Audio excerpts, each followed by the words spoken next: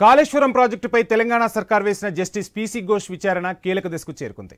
మాజీ మంత్రి ప్రస్తుత బీజేపీ ఎంపీగా ఉన్న ఈటెల రాజేందర్ కమిషన్ ముందు కొద్దిసేపటి క్రితమే హాజరయ్యారు. ఈ విచారణలో ఇది ముఖ్యమైన పరిణామంగా భావించవచ్చు. ఇన్నాళ్లు కమిషన్ నీటిపారుదల శాఖకు చెందిన మాజీ ఈఎన్సీలు, సీఈలు, ఐఏఎస్ అధికారులను కమిషన్ ఎదుట వారిని విచారించింది. ఇప్పుడు మొదటిసారి కమిషన్ ముందుకు ఓ రాజకీయ నేత హాజరయ్యారు. ఇది ఒక్క ఈటెలతో ఆగేది ఎంత మాత్రమూ కాదు. 9న మాజీ మంత్రి హరీష్ రావు, 11న మాజీ సీఎం కేసీఆర్ కూడా హాజరు కాబోతున్నారు. ఇదంతా ఒక ఎత్తైతే ఇప్పుడు కాళేశ్వరం కమిషన్ విచారణపై ఈటెల వైఖరి ఏంటనేదే అసలు ప్రశ్న. బీఆర్ఎస్ నుంచి అనూహ్యంగా బయటకు వచ్చారు ఈటెల. అప్పటి నుంచి బీఆర్ఎస్ నేతలపై గుర్రుగానే ఉన్నారు ఈటెల రాజేందర్. పైగా ప్రత్యర్థి బీజేపీలో కీలక స్థానంతో పాటు పార్లమెంటు సభ్యుడిగా కొనసాగుతున్నారు. అందుకే కాళేశ్వరం కమిషన్ సిద్ధం చేసిన ప్రశ్నలు, వాటికి ఈటెల చెప్పే సమాధానాలే ఇప్పుడు సర్వత్రా ఆసక్తి కలిగిస్తున్నాయి. కాళేశ్వరం ప్రాజెక్టుకు కేటాయించిన నిధులు, కేబినెట్లో తీసుకున్న నిర్ణయాలు, ఇచ్చిన అనుమతులపై గత ప్రభుత్వంలో ఆర్థిక మంత్రిగా ఉన్న ఈటెల రాజేందర్ను ప్రశ్నించే వీలుంది. ఇప్పుడు ఈటెల చెప్పే అంశాలతో రేపటి రోజున హరీష్ రావును, కేసీఆర్ను ప్రశ్నించే వీలుంది. అందుకే ఈటెల విచారణ ప్రస్తుతం ఉత్కంఠగా మారింది. ఇప్పుడే విచారణ కూడా ముగిసింది. మరి కాసేపట్లో ఈటెల రాజేందర్ ప్రెస్ మీట్ పెడతారా లేదా బయటకు వస్తారా అనేది తెలియట్లేదు. మనం ఐ న్యూస్ స్క్రీన్ పై విజువల్స్ లో చూస్తున్నాం. మొత్తంగా కమిషన్ ఎదుట విచారణకు హాజరై ఈటెల బయటకు వస్తున్నట్టుగా తెలుస్తుంది. బీజేపీ కార్యకర్తలైతే కమిషన్ ముందుకు వెళ్లే ముందు కూడా పెద్ద ఎత్తున నినాదాలు చేశారు. జై ఈటెల అంటూ పెద్ద ఎత్తున నినాదాలు చేశారు. గతంలో బీఆర్ఎస్ ప్రభుత్వంలో ఈటెల ఆర్థిక మంత్రిగా కొనసాగారు. దీంతో ఈరోజు కమిషన్ ముందు ఈటెల విచారణకు హాజరు కావడం సర్వత్రా ప్రాధాన్యతను సంతరించుకుంది. మొత్తంగా ఈటెల కమిషన్ ముందు ఏం చెప్పారు అనే దానిపై అటు రాజకీయ నాయకుల్లోనూ, ఇటు తెలంగాణ సమాజంలోనూ, రాజకీయ విశ్లేషకుల్లోనూ పెద్ద ఎత్తున ఒక చర్చ అయితే నడుస్తోంది. సో ఏం చెప్పారు, ఎంతసేపు ఈ విచారణ కొనసాగింది, విచారణపై బీజేపీ ఎంపీగా ఉన్న ఈటెల వైఖరి ఏంటి అనేది మొత్తంగా పెద్ద ఎత్తున చర్చకైతే దారితీస్తుంది. కమిషన్ విచారణ కీలక దశకు చేరుకున్నట్లుగా కూడా తెలుస్తుంది. జస్టిస్ ఘోష్ కమిషన్ ఏం తేల్చబోతుంది అనే దానిపై కూడా సమాధానాలు రాబోతున్నాయి. ఇదే అంశానికి సంబంధించి మా స్పెషల్ కరెస్పాండెంట్ సునీల్ ఉన్నారు. సునీల్, కొద్దిసేపటి క్రితమే విచారణ ముగిసినట్టుగా తెలుస్తుంది. మొత్తంగా ఏమైనా అప్డేట్స్ అందుతున్నాయా సునీల్? ఈటెల రాజేందర్ కాళేశ్వరం కమిషన్ ముందు హాజరయ్యారు. తన వివరణ ఇచ్చారు.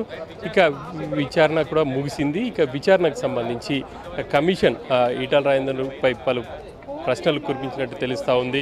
ప్రధానంగా మేడిగడ్డ, అన్నారం, సుందిల్లా బ్యారేజీలకు సంబంధించి డిజైన్ ఎవరు చేశారు, అంతేకాకుండా గతంలో ఉన్నటువంటి ప్రాణహిత చేవెళ్ల ప్రాజెక్ట్ని కాళేశ్వరంగా ఎవరు మార్చారు అన్న అంశాలకు సంబంధించి ప్రశ్నలు అడిగినట్టు తెలుస్తూ ఉంది. ఆయన తనకు ఉన్నటువంటి సమాచారాన్ని కమిషన్ ముందైతే ఉంచారు. ప్రస్తుతం అందుతున్నటువంటి సమాచారం మేరకు ఈ 3 బ్యారేజీలకు సంబంధించి డిజైన్స్ మీదనే ప్రధానంగా ప్రశ్నలు అడిగినట్టు తెలుస్తూ ఉంది. ఈటెల రాజేందర్ కూడా వివరణ అయితే ఇచ్చారు. తనకు ఉన్నటువంటి సమాచారం మేరకే అప్పుడు మంత్రిమండలి నిర్ణయం మేరకు ఆ డిజైన్స్ని ఆమోదించారా, లేకపోతే అధికారులు ఇచ్చినటువంటి డిజైన్స్ని మంత్రిమండలి ఆమోదం తర్వాత ప్రాజెక్టుల రూపకల్పనకు సంబంధించి చర్యలు తీసుకున్నారా అనేది చూడాలి. మనం చూడవచ్చు. ఇంకా మరి కాసేపట్లోనే ఈటెల రాజేందర్ విచారణ ముగిసింది కాబట్టి ఆయన కూడా బయటికి రాబోతున్నారు. ఇప్పటికే ఇక్కడ ఏర్పాట్లు కూడా చేశారు. అధికారులు కూడా అలర్ట్ అయ్యారని చెప్పేసి మనం చెప్పుకోవచ్చు. ఇంకా మేడిగడ్డ ఇప్పటికే ప్రాజెక్టు పూర్తయిపోయినటువంటి కొద్ది రోజులకే నిర్మాణంలో అక్కడ కుంగుబాటు వచ్చింది. దానికి సంబంధించి కూడా వివరణ అడిగే ప్రయత్నం చేశారని చెప్పేసి తెలుస్తూ ఉంది. మొత్తం మీద ఈ ఈటెల రాజేందర్ విచారణ అయితే ముగిసింది. మరి ఇక ఈ నెల 9వ తేదీన హరీష్ రావు విచారణకు హాజరు కాబోతున్నారు. ఇంకా ఆ విచారణలో కూడా ఎటువంటి అంశాలు చెప్తారు అనేది చూడాలి.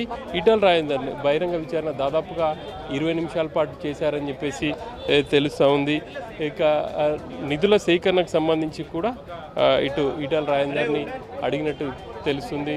ఇంకా ఆ నిధుల సమీకరణకు సంబంధించి ప్రధానంగా కాళేశ్వరం కార్పొరేషన్ చూసుకుంది, ఆర్థిక శాఖకు ఎటువంటి సంబంధం లేదు అని చెప్పినట్టు తెలుస్తోంది. ఆ కార్పొరేషన్ నుంచే పూర్తిగా ఆ బిల్లుల చెల్లింపు అనేది జరిగినట్టుగా కూడా రాజేందర్ వివరించినట్టుగా తెలుస్తూ ఉంది. 20 నిమిషాల పాటు ఈ విచారణ కొనసాగింది. ఆ విచారణ కూడా ప్రస్తుతం పూర్తయింది. మరి కాసేపట్లో ఆయన ఇటు రాబోతున్నారు, మీడియాతో కూడా మాట్లాడబోతున్నారు వంశీ. రైట్, మొత్తంగా మీరు చెప్పినట్టుగా ప్రాజెక్టుల డిజైన్కి సంబంధించే ఈటెలను ప్రశ్నించినట్టుగా తెలుస్తుంది. అంటే డిజైన్లోని లోపాల వల్ల లేదంటే డిజైన్ వల్లే వ్యయం పెరుగుతుంది అన్న కోణంలోనే కమిషన్ ఈ ప్రశ్నలను ఈటెలు వేసినట్టుగా భావించాల్సి ఉంటుందా? డిజైన్పై ఎందుకు అంత కాన్సన్ట్రేట్ చేశారు? డిజైన్కి సంబంధించిన కీలక సమాచారాన్ని ఈటెల నుంచి రాబట్టారని మనం అనుకోవచ్చా? ఎలా చూడాలంటారు సునీల్? ఇక ప్రధానంగా ఈటలను ఒక బ్యారేజీల డిజైన్కి సంబంధించే ప్రశ్నలు కమిషన్ సంధించింది. ఆయన తన వద్ద ఉన్నటువంటి ఇన్ఫర్మేషన్ అయితే ఇచ్చారు. ఇక ప్రధానంగా ఈ బ్యారేజీలకు సంబంధించి ఈటలను ప్రశ్నించడానికి గల కారణాలను కూడా మనం చూస్తే గతంలో అధికారులను కూడా డిజైన్కి సంబంధించి ప్రశ్నించారు. అధికారులు ఇచ్చినటువంటి సమాచారం మేరకే, అంటే అధికారులు ఇచ్చినటువంటి డిజైన్ని మంత్రిమండలి ఆమోదించిందా లేకపోతే ఎవరు ఆ డిజైన్స్ ఇచ్చారు అన్నది ఇప్పుడు ఒక ప్రశ్నగా మారింది. సో ఆ డిజైన్కి సంబంధించి ప్రధానంగా ఈటెల రాజేందర్ని ప్రశ్నించారు. ఇక ఆ డిజైన్లో ఏమైనా లోపాలు ఉన్నాయా అనేది ఇప్పుడు ఎన్డీఏసీఏ కూడా, అంటే ఆ లోపాల కారణంగానే మేడిగడ్డ కుంగుబాటుకు గురైంది అనేది వస్తున్నటువంటి ఆరోపణ. కాబట్టి అంతేకాకుండా ప్రధానంగా ఈ బ్యారేజీలకు సంబంధించి ఎవరు ఆమోదం తెలిపారు ఏంటి అనేది కూడా ఇప్పుడు ఒక చర్చగా మారింది వంశీ. సునీల్, చూస్తున్నాం మొత్తంగా ఇక మాజీ మంత్రి హరీష్ రావు అదేవిధంగా మాజీ సీఎం కేసీఆర్ విచారణకు హాజరు కాబోతున్నారు. నిన్న మొన్నటి వరకు ఈసీలు, ఈఎన్సీలు, నీటిపారుదల శాఖ అధికారులు అదేవిధంగా ఐఏఎస్ అధికారులను విచారించిన తర్వాత ఒక్కసారిగా ఈటెల రాజేందర్ విచారణతో రాజకీయ నాయకులు కమిషన్ ముందు హాజరు కాబోతున్నారు. ఇక కమిషన్ విచారణ తుది అంకానికి చేరుకున్నట్టేనా? మనం మాట్లాడుకున్నట్టుగా ఈ మంత్ జూలై ఎండింగ్ వరకు కమిషన్కు టైం ఉంటే, సో ఎప్పటి వరకు ఈ విచారణ కంప్లీట్ చేసే అవకాశాలు ఉన్నాయి?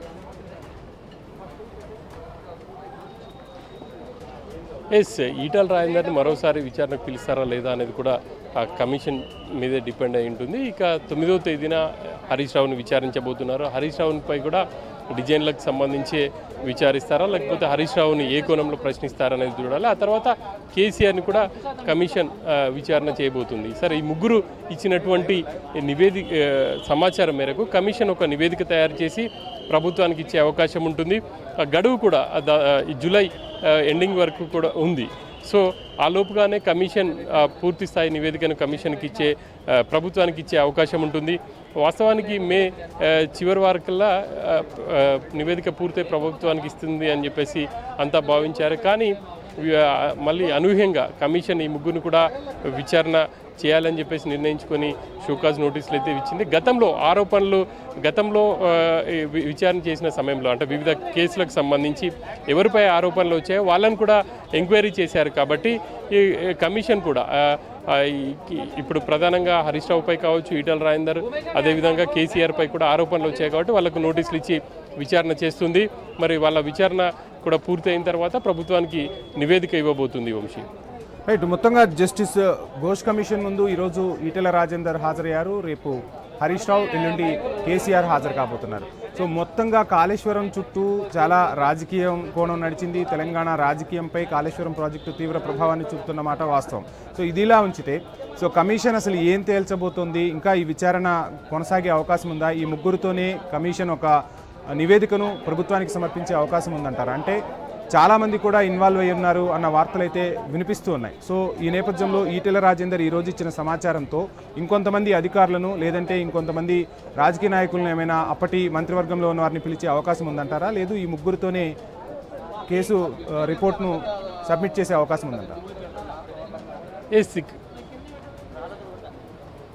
ఇప్పటికే కమిషన్ ఒక నివేదికను కూడా తయారు చేసింది. దాదాపు 400 పేజీలతో నివేదికను రెడీ చేసినట్టుగా కూడా తెలుస్తూ ఉంది.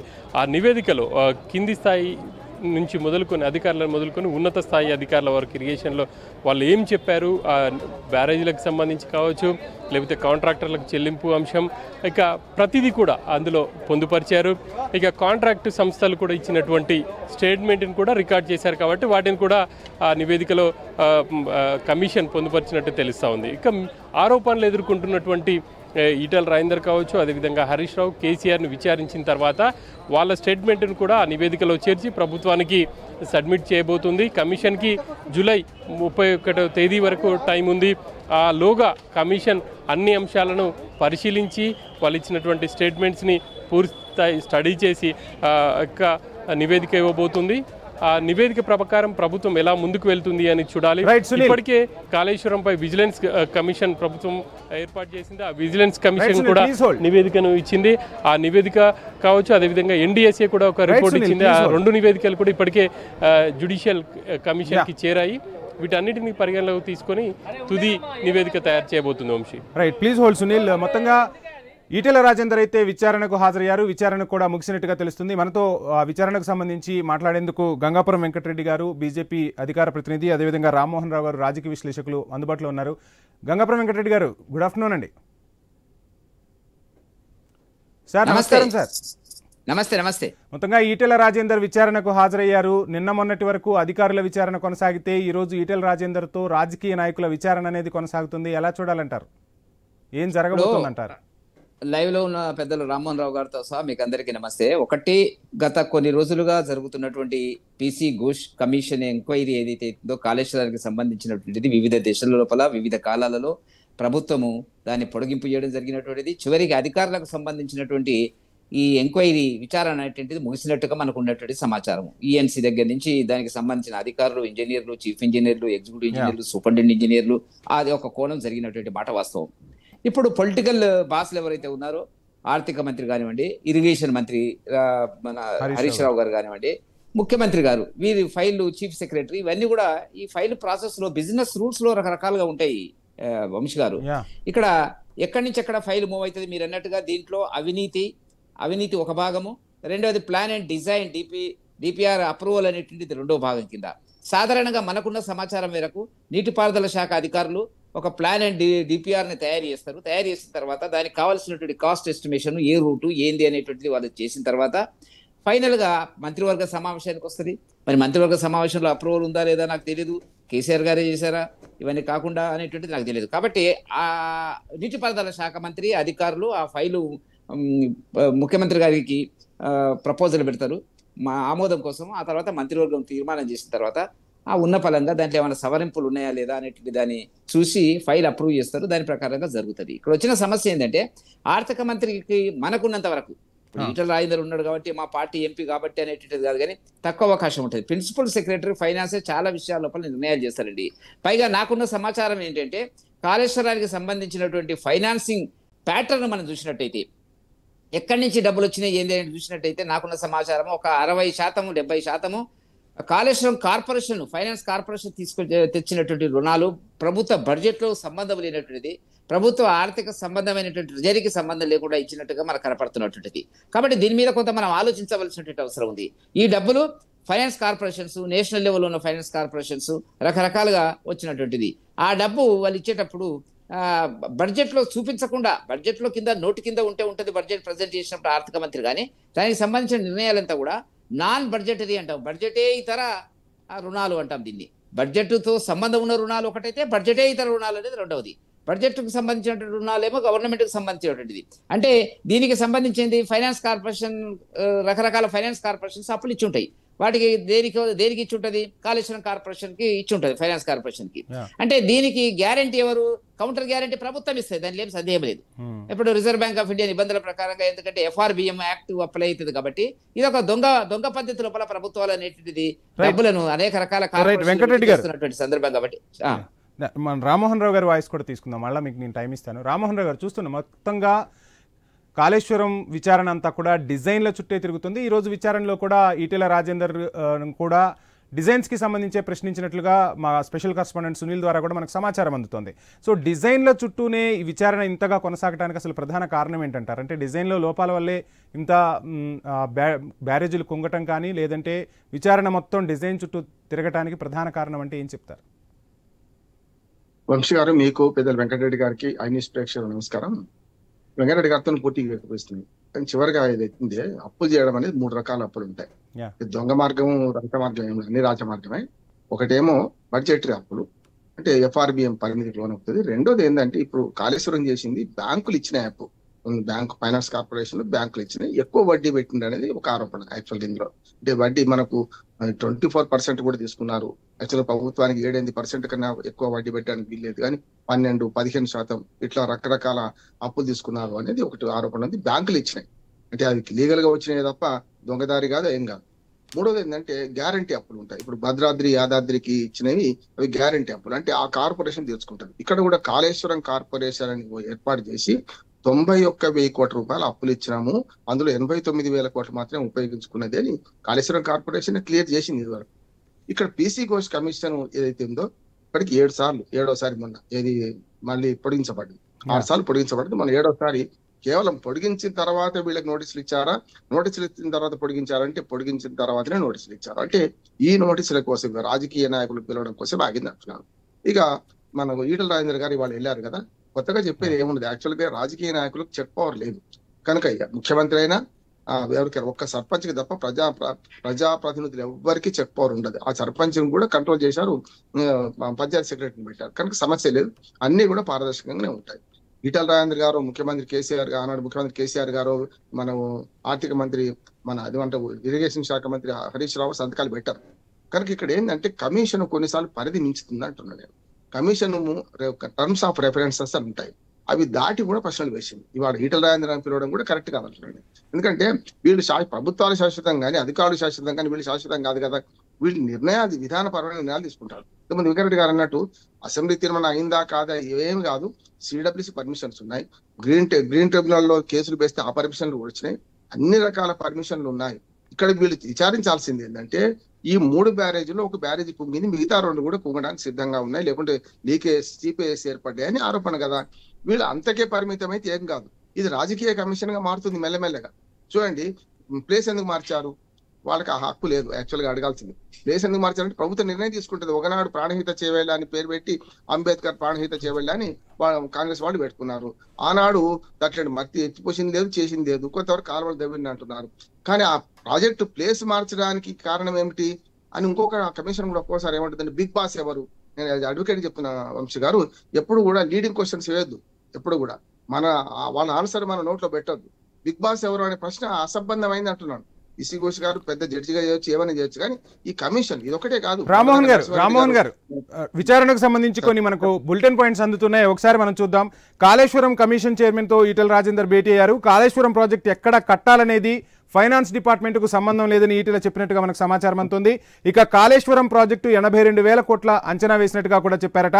తర్వాత ఎంతకు పెరిగిందో నాకు తెలియదని చెప్పి కూడా ఈటల చెప్పినట్టుగా మనకు లేటెస్ట్ అప్డేట్స్ అయితే అందుతున్నాయి.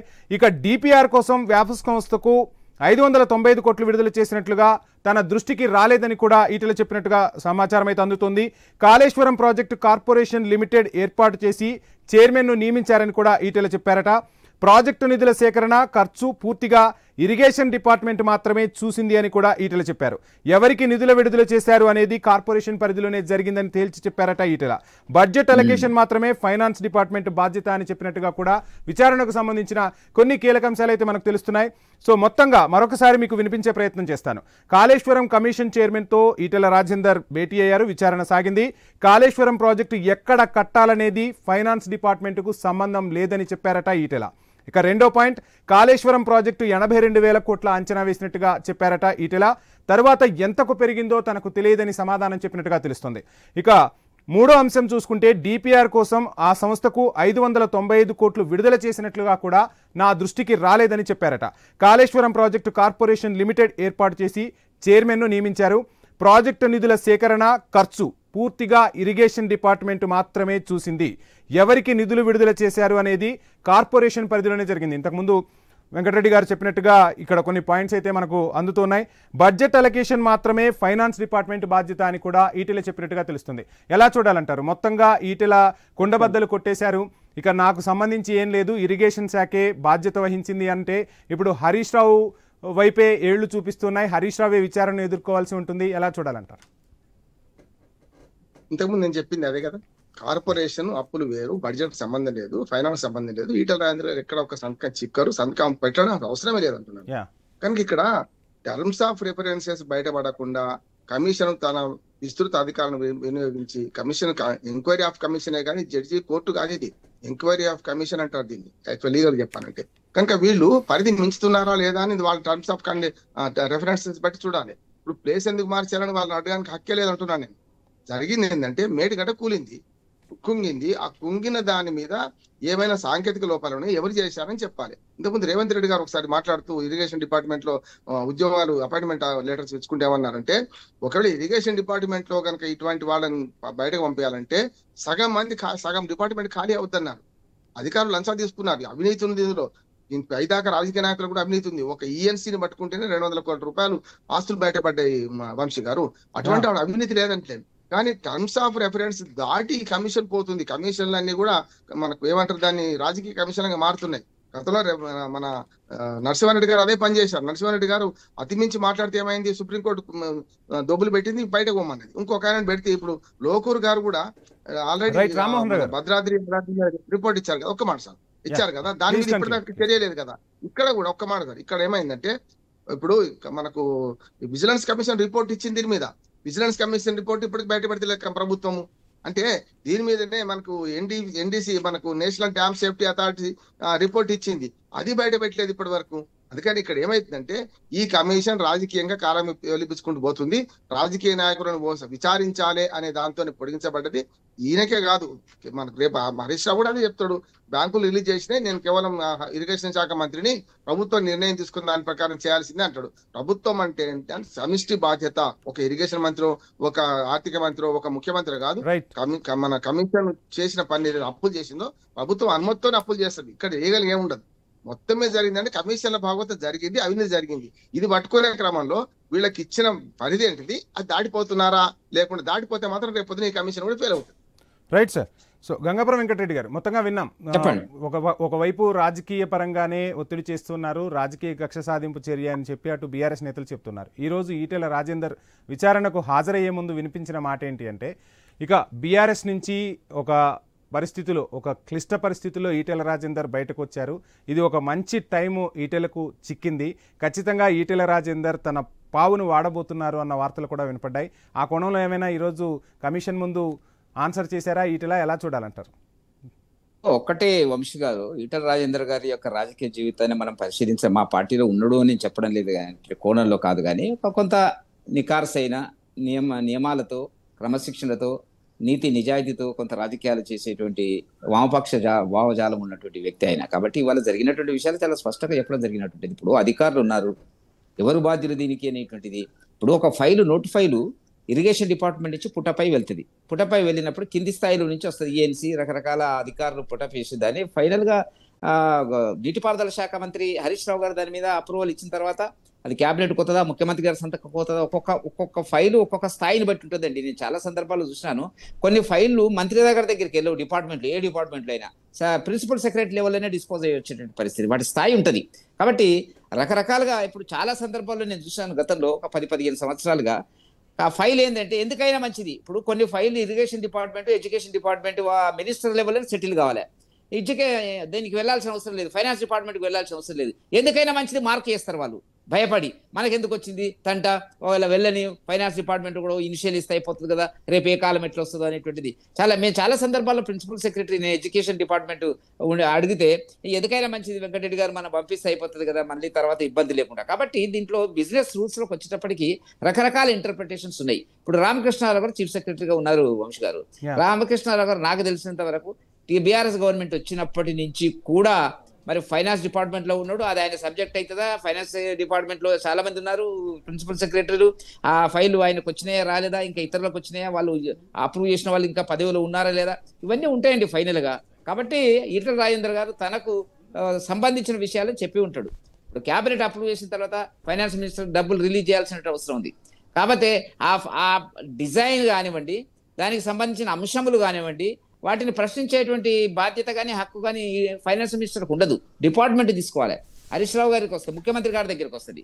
కాబట్టి ఇది మనం జాగ్రత్తగా లోపల ఏం జరిగింది అనేది, వాళ్ళు ఏం అడిగారు, ఏం చెప్పారు అనేటువంటిది మనకు ఖచ్చితంగా తెలిస్తే తప్ప దీని మీద ఒక నిర్ధారణకు రావడం అనేటువంటిది ఇబ్బందికరం. కాకపోతే ఏంటంటే 2 విషయాలు మనకు స్పష్టంగా కనపడుతున్నాయి. ఇప్పుడు రామ్మోహన్ గారు అన్నట్టుగా రామ్మోహన్ గారు అన్నట్టుగా ఏంటంటే ఈ ప్లేస్ మార్చడము, డిజైన్ మార్చడము, ఇవన్నిట్లో ఏమైనా రాజకీయ ఉద్దేశాలు ఉన్నాయా? కాస్ట్ ఎస్కలేషన్లు, అవినీతి కోణంలో దీన్ని మార్చినారా? ఎందుకంటే గతంలో కాంగ్రెస్ గవర్నమెంట్ ఒక ప్లాన్ ఇచ్చింది అనేటువంటి విషయాల గురించి తప్పకుండా చర్చకు వచ్చేటువంటి అవకాశాలు ఉంటాయని చెప్పి నేను భావిస్తున్నాను. Right sir. సో చర్చలో పాల్గొన్న గంగాపురం వెంకటరెడ్డి గారికి, అదేవిధంగా రామ్మోహన్ రావు గారికి ప్రత్యేక ధన్యవాదాలు. మొత్తంగా కాళేశ్వరం కమిషన్ ముందు విచారణకైతే ఈటెల రాజేందర్ హాజరయ్యారు. ఈటెల రాజేందర్ తర్వాత రేపు హరీష్ రావు విచారణకు హాజరు కాబోతున్నారు. తెలంగాణ రాజకీయాల్లో అయితే ఈ విచారణకు సంబంధించి పెద్ద ఎత్తున చర్చ అయితే నడుస్తుంది. ఏం జరగబోతుంది? ఇక హరీష్ రావు విచారణ తర్వాత సీఎం కేసీఆర్ కూడా హాజరు కాబోతున్నారు. తుది నిర్ణయంగా కమిషన్ ఏం తీసుకోబోతుంది, ఆ రిపోర్ట్ను ఎప్పటిలోగా సబ్మిట్ చేయబోతుంది, ఇంకా ఎవరినైనా విచారణకు పిలుస్తారా అనేది మాత్రం ఉత్కంఠ రేపుతున్న అంశం. ఇది ఇవాళ స్పెషల్ డిబేట్. చూస్తూనే ఉండండి ఐ న్యూస్. Stay tune.